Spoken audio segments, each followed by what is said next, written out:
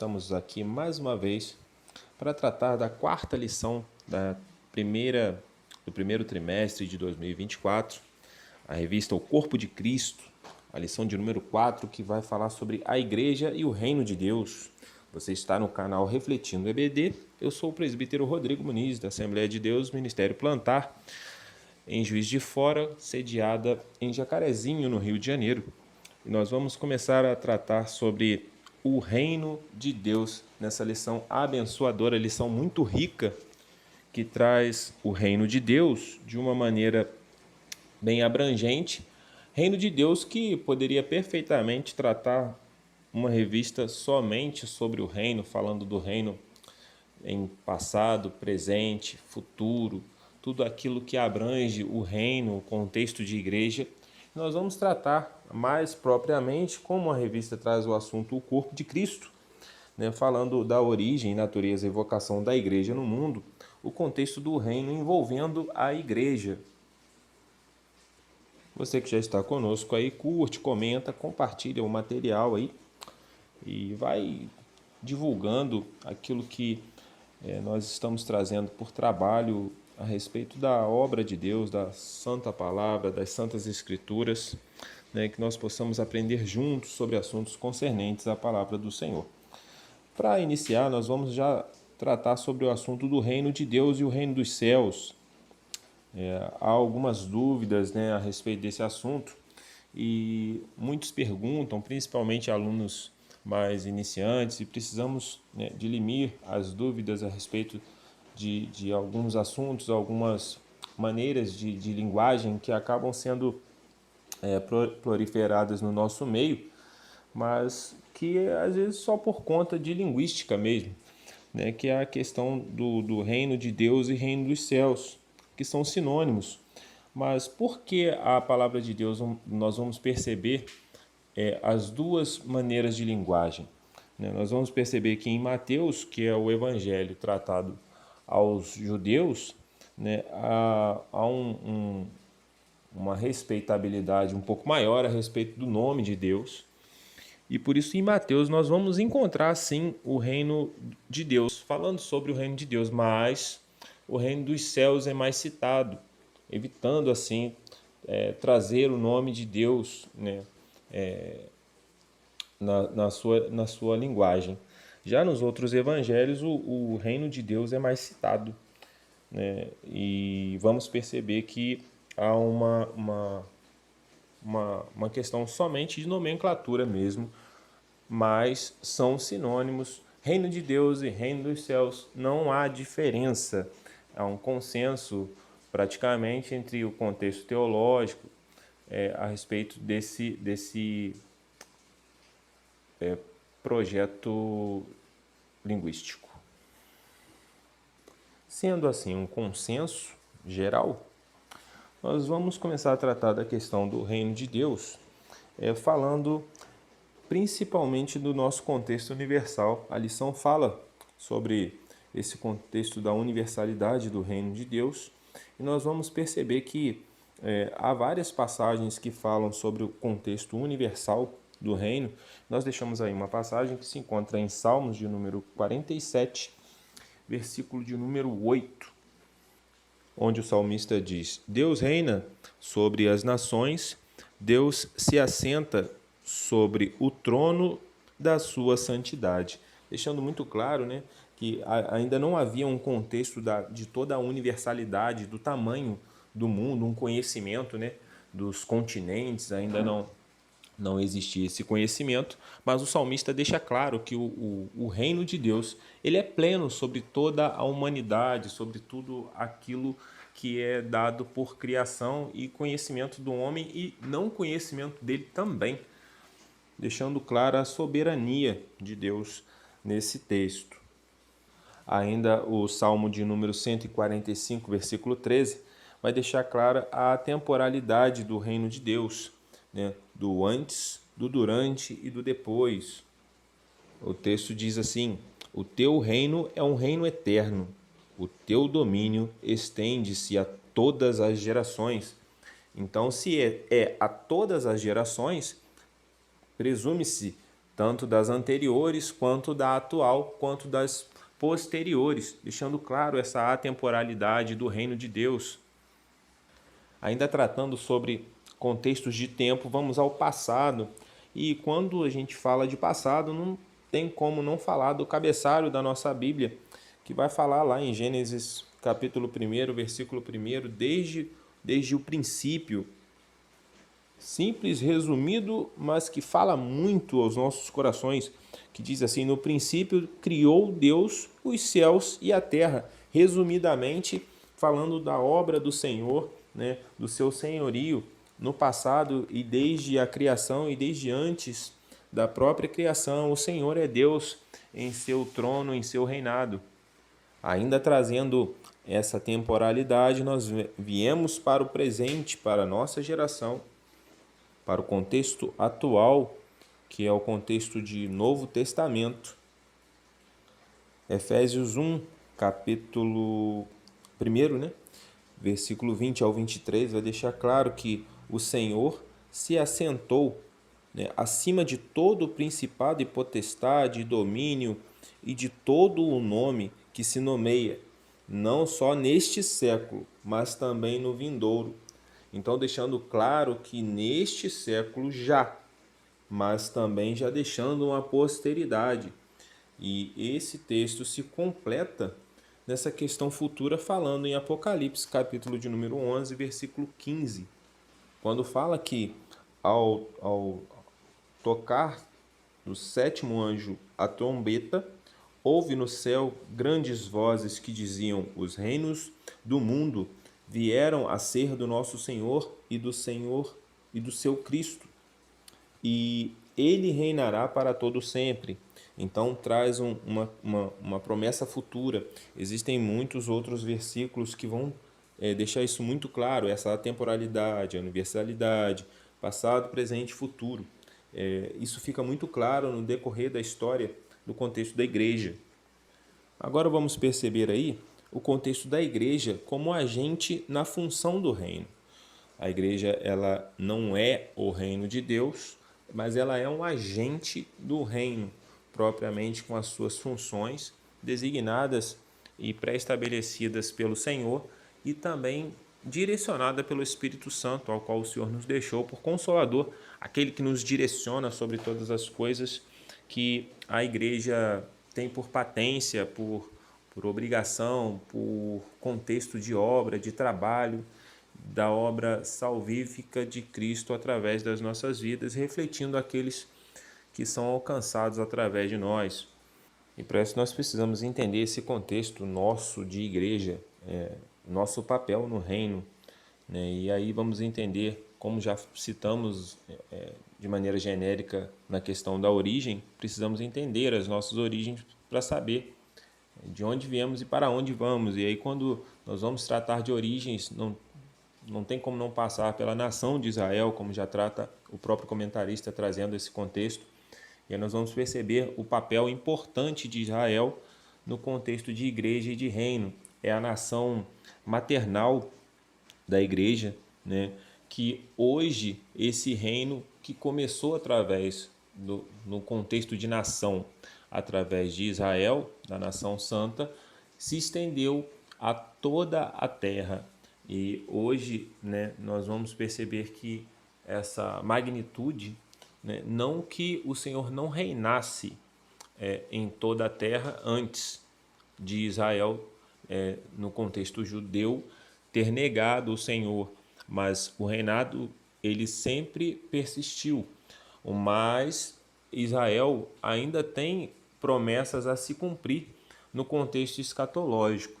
Isso fica muito claro quando nós vamos ler aquilo que está escrito em Apocalipse, ainda em algumas passagens ali em Daniel, e é um contexto um pouco mais aprofundado, mas nós sabemos que há um contexto próprio para a nação de Israel, principalmente nesse contexto escatológico para os últimos dias ali.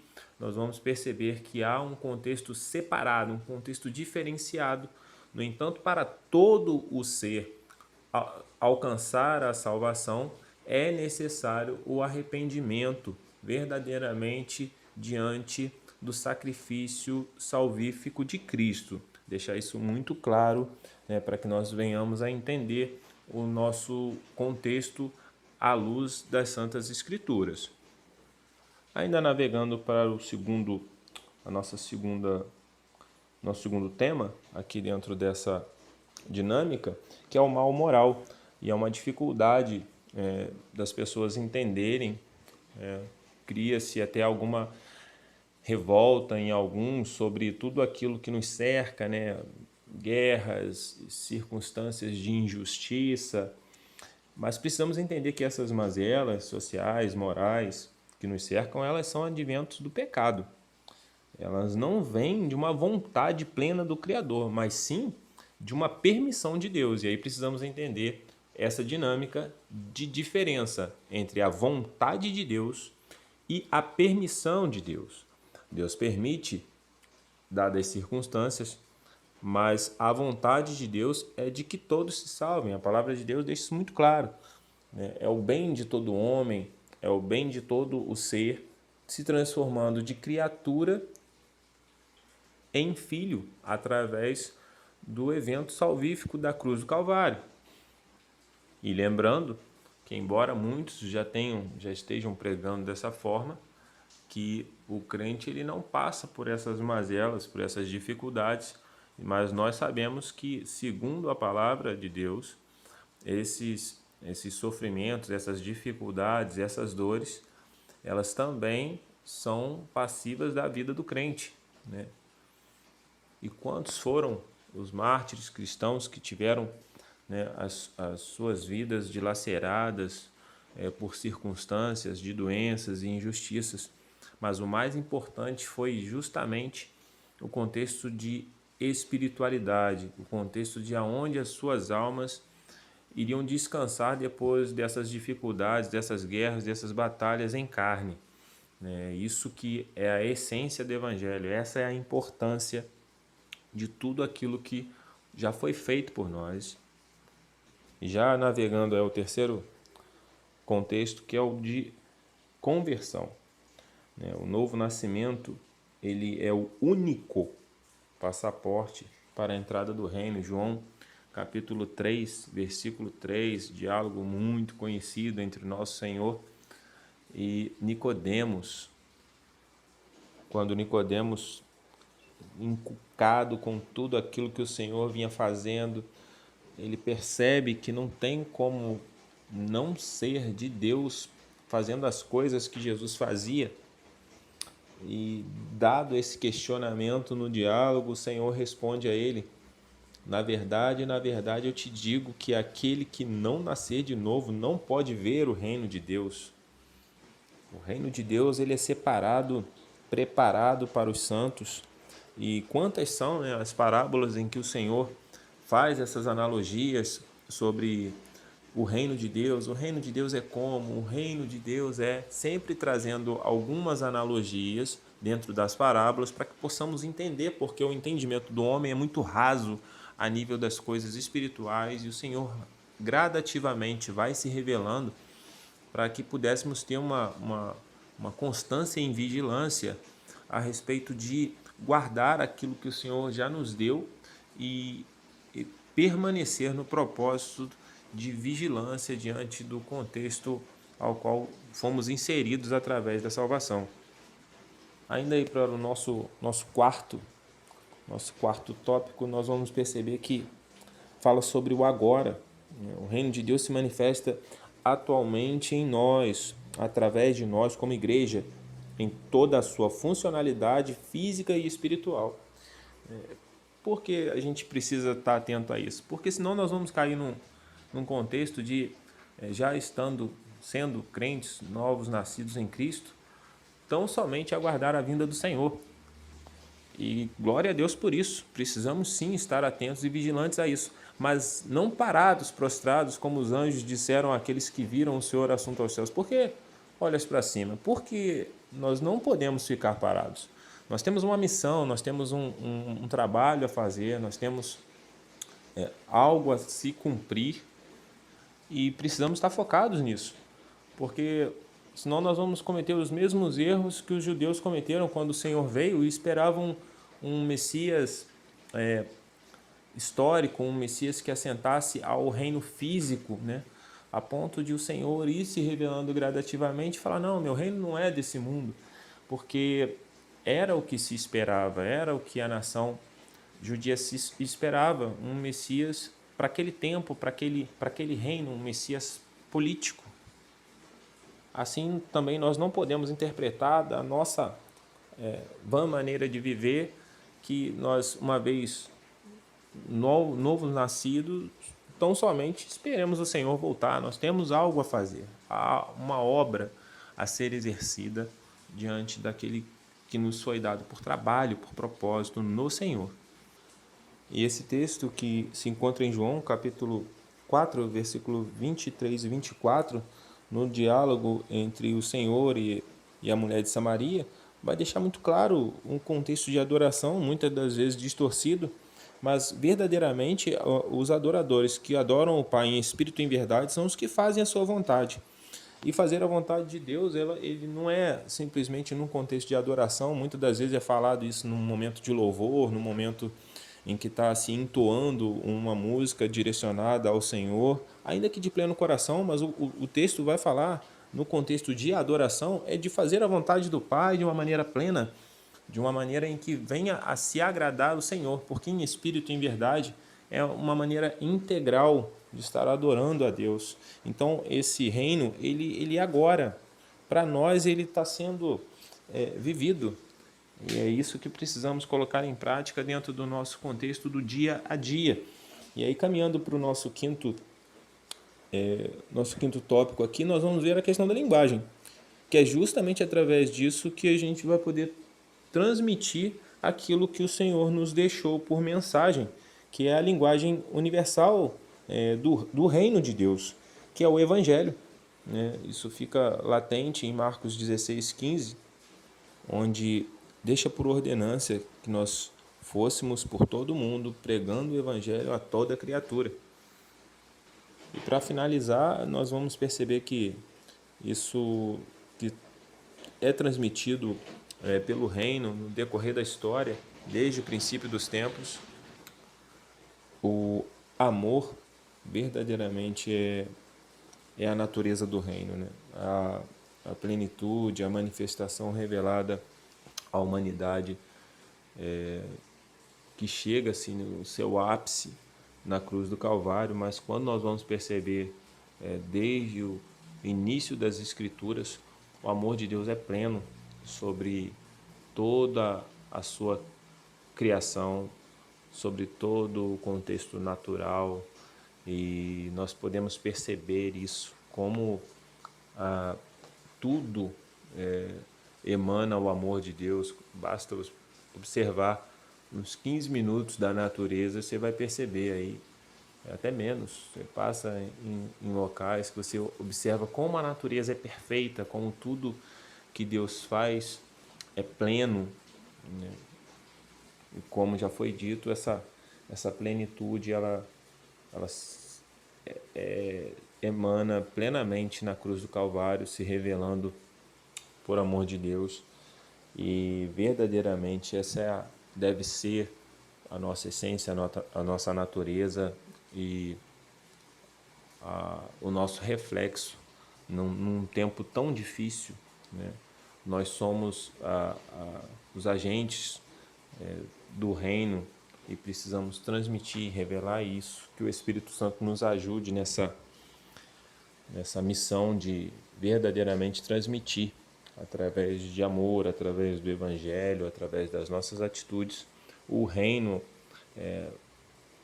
com a nossa funcionalidade de igreja, né? Que verdadeiramente nos foi designado. Trabalhamos assim, basicamente, os 3 tópicos. Como sempre dizemos aqui, nosso objetivo não é tratar o assunto de maneira igualitária ao que já vem trazendo dentro da lição pelo comentarista, mas trazer um plus, algo a mais para você que vai ministrar a sua aula aí no domingo. Que a boa mão do Senhor seja com você em mais mais essa semana, amigo professor, amigo aluno que nos acompanha, e que tenham uma semana e um domingo abençoado no Senhor, uma aula com a presença do Espírito Santo por primor. Contamos com você aí para curtir, comentar, compartilhar do nosso material, trazer as dúvidas, críticas e afins para que possamos dar continuidade ao trabalho. Deus vos abençoe e até a próxima.